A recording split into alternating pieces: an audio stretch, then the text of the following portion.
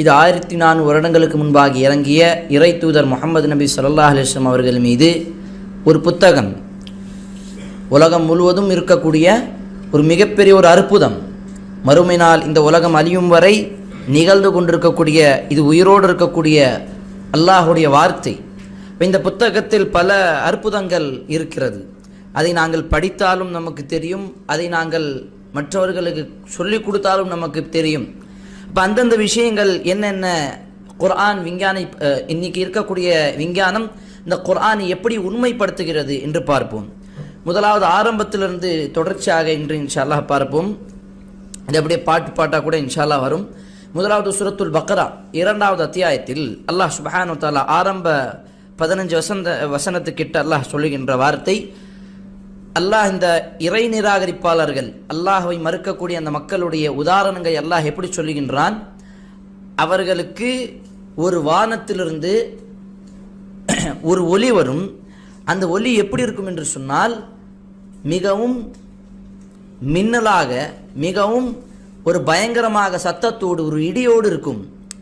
Minus ஸமாஇ ஃபீஹி ஸுலுமாத்துன், அந்த வானத்தில் அவர்களுக்கு அந்த வானத்தில் ஒரு இருள் இருக்கிறது என்று குர்ஆன் சொல்லுகிறது. அந்த வானத்தில் ஃபீஹி ஸுலுமாத்துன் வ ரஅதுன் வ பர்க், அந்த வானத்திலிருந்து தான் அவர்களுக்கு இடி, மின்னல், அந்த சத்தம், அந்த இருள் இருக்கிறது என்று குர்ஆன் சொல்லுகிறது. இப்போ இது அப்படியே இன்றைய காலகட்டத்தில் பார்த்தால், இந்த வானத்தில் தான் இருள் இருக்கிறதா அல்லது வானத்தில் வெளிச்சம் இருக்கிறதா என்ற அந்த தியரியை பார்க்கும் பொழுது, பழமை வாய்ந்த பழைய அறிவியர்கள், விஞ்ஞானிகள் சொல்லக்கூடிய கருத்து என்ன அப்படின்னு சொன்னால், ஆல்பர்ட்ஸ் பாரடாக்ஸ் சொல்லக்கூடிய ஹென்ரிச் வில்லியம் ஓல்பர்ஸ் 1823 ஆண்டில் இறந்தவர்கள். அவர் சொல்லக்கூடிய ஒரு கருத்து என்னன்னு சொன்னால், இந்த வானத்தில் ஒரு இருள் இருக்கிறது, இந்த வானத்தில் ஒரு இருள் இருக்கிறது, அதை கொண்டுதான் இந்த வானம் இரவு நேரத்தில், இந்த வானம் பிரகாசமாக, மின்னலாக, அந்த அந்த நட்சத்திரங்களோடு அழகாக அந்த வானம் இருக்கிறது.